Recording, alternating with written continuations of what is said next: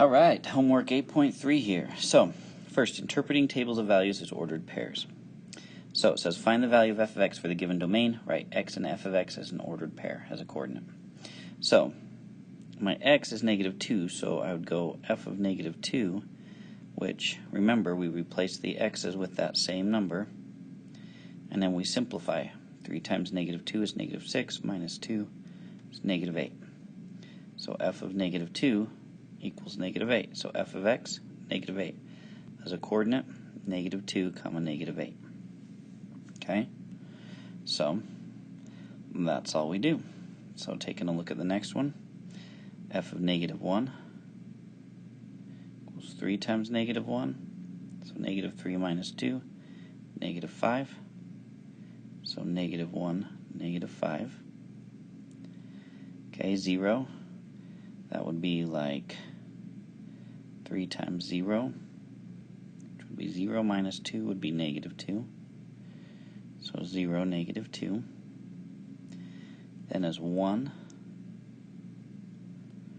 right? 3 times 1 is 3, minus 2 would give us 1. So 1, 1.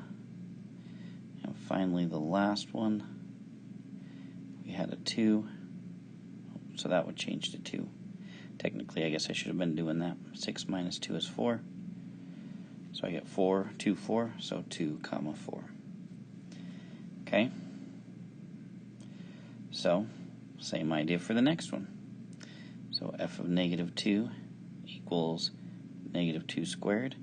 -2 squared is -2 times -2, so positive 4. F of -1 would be -1 squared. -1 times -1 is positive 1. F of 0 would be 0 squared, which is just 0. F of 1 would be 1 squared, which is 1. And f of 2 would be 2 squared, which is 4. So I'd end up with -2, 4, -1, 1, 0, 0, 1, 1, and 2, 4. And then number 3, we'd start out f of -2 would be 5 to the -2. So that negative exponent makes it into a fraction. So it would be 1 over 5 squared, which is 1 over 25. So I'm going to write 1/25. Okay. Then, if I did f of -1, that'd be 5 to the -1, or 1 over 5. Then f to the 0 would be 5 to the 0. It's another exponential rule, so anything to the 0 power is 1. Then f of 1 would be 5 to the 1st, which is just 5. And f of 2 would be 5 squared, which gives us 25. So then, as points, we end up having -2, 1/25, -1, 1/5, 0, 1, 1, 5, and 2, 25. Alright, and there's the first ones. Okay, next part. Okay, is the figure at the right a rectangle, a rhombus, or a square? Okay, so in order to be a rectangle, rhombus, or square, we know that it has to have parallel sides. Okay, so what we want to do is create some slope triangles to help us judge, because we need to find slopes, because parallel lines have the same slope. Okay, so 1, 2, 3, 4, so we go up 4. 1, 2, 3, 4, 5. So it'd have a slope of 4/5 for PQ.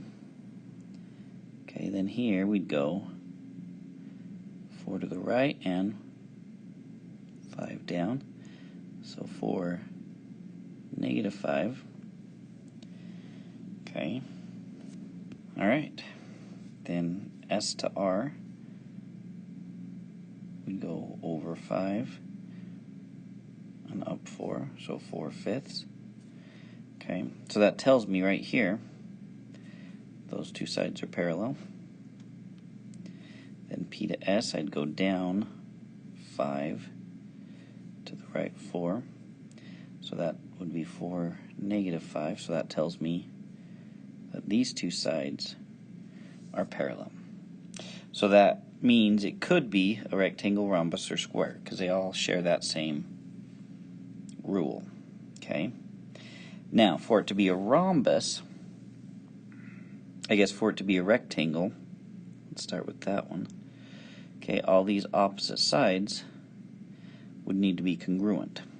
Okay, well, essentially what we've done is we've created some right triangles.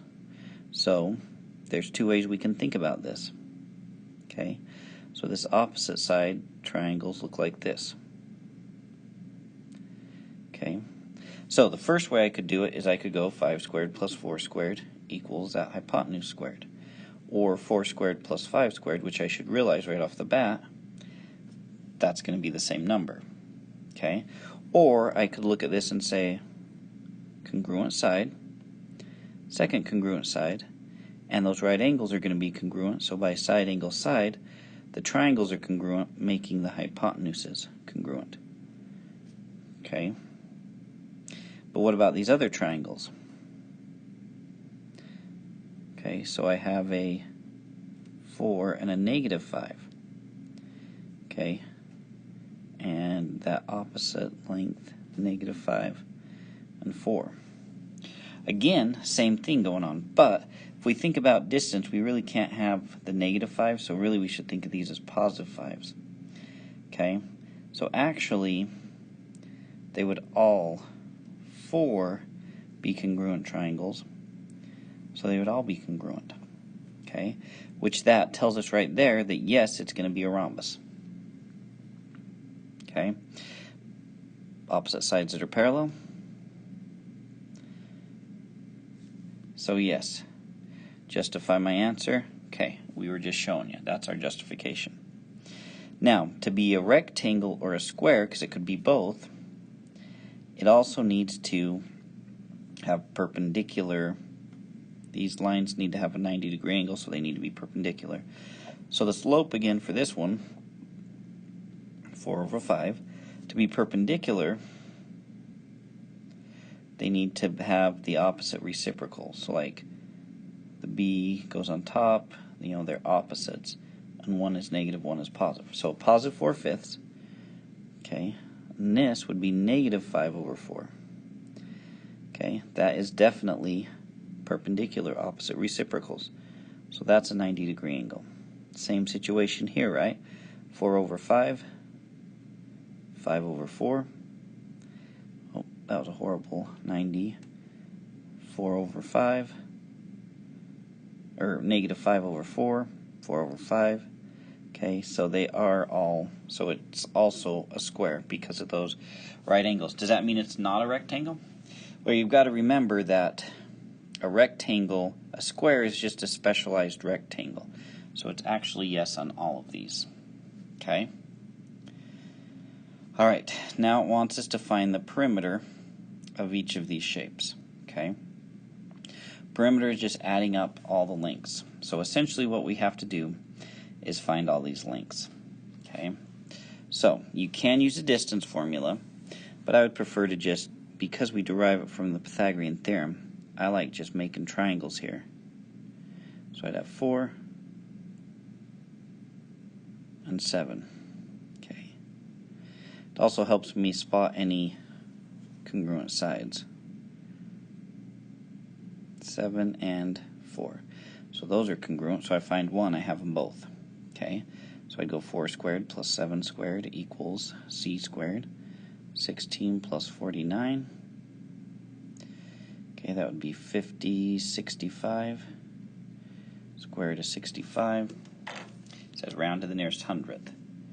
So 65, take the square root, we get 8.06. So 8.06 and 8.06. Okay. Then I do it for this part. So 2 and 1, 2, 3, 4, 5, 6. Okay, and then 2 and 6. So again, those are going to be congruent. So 2 squared plus 6 squared equals c squared. So 2 squared is 4, 6 squared is 36. So I get 40 equals c squared. Take the square root of that. And 40, taking the square root, is 6.32. Then I just add those all up together, right? So 6.32 plus 6.32 plus 8.06 plus 8.06 gives me a perimeter of 28.76 units. And we're done. Okay, so number 6, same idea. Goes up 4. To the right 7. Okay, so we already found that, didn't we?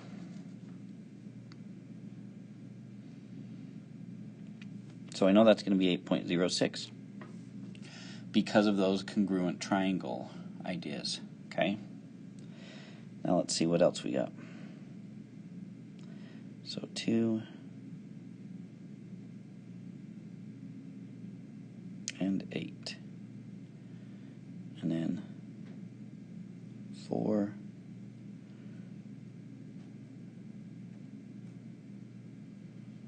and 9. So 4 squared plus 9 squared equals c squared, and then 2 squared plus 8 squared equals c squared. To find those last two sides for the triangle, and then we can add them all up. So 36 plus 81. So that would be 117.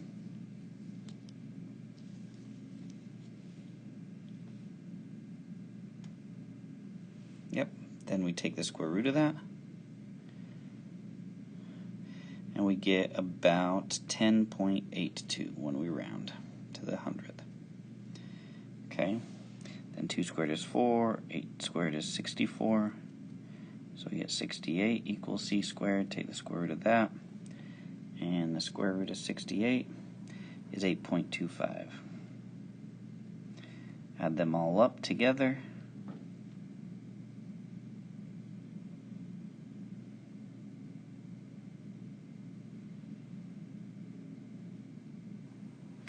and we get our perimeter of 27.13. All right.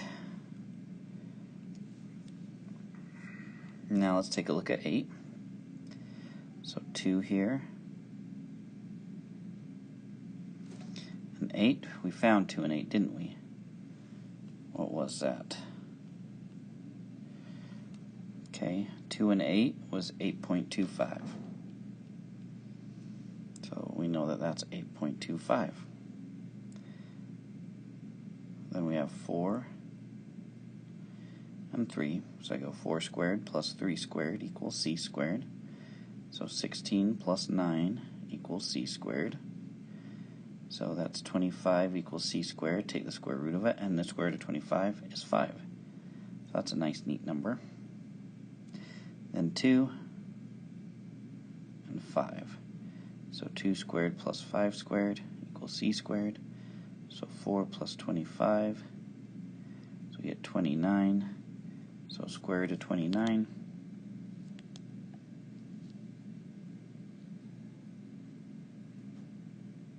gives us 5.39. So then I add them up. 5.39 plus 8.25 plus 5 gives us a perimeter of 15.64. Okay, we'll come to 7 in a second. Number 9.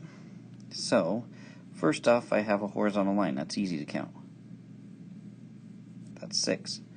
And the second horizontal line.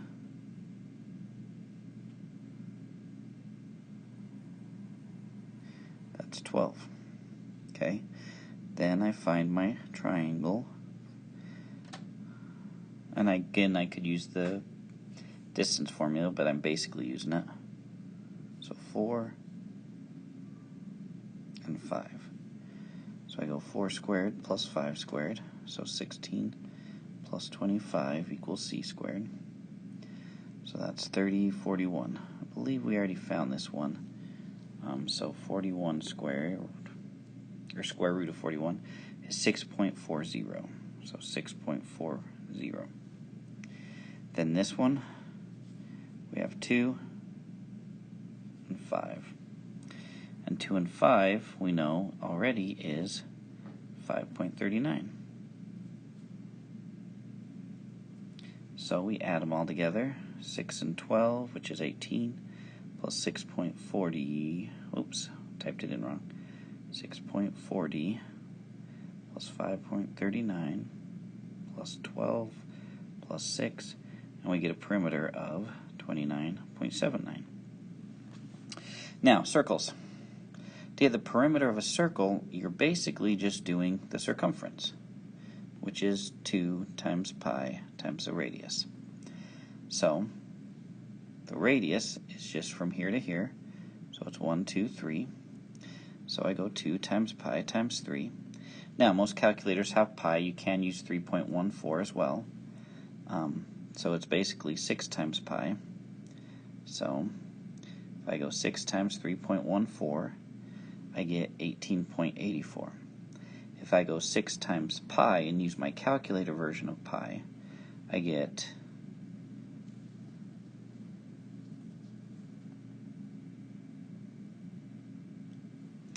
18.849. Okay, so I would go with the more accurate one being 18.85, and that would be our perimeter, also known as circumference. Okay, so 10. Now if we look at this, it looks like we have half a circle, doesn't it? So, same idea. I can get the length of this diameter, can't I? Well, I can't right off the bat. I'd have to do a little bit of work, wouldn't I? So I have 4 here, 6 here. So 4 squared plus 6 squared. So 16 plus 36. So 40, 52. Take the square root of 52.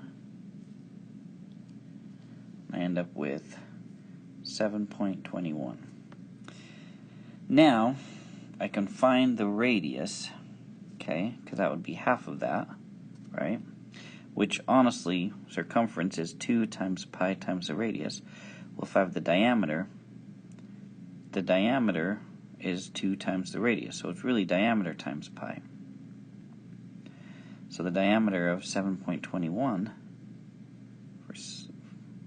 times pi, so if I take pi and multiply by 7.21, I get 22.65. However, I've only got half the circle, so I need to divide that by 2, and then I end up with this red portion here being 11.33. So 11.33 plus 7.21 give me a perimeter of 18.54. And now I am good.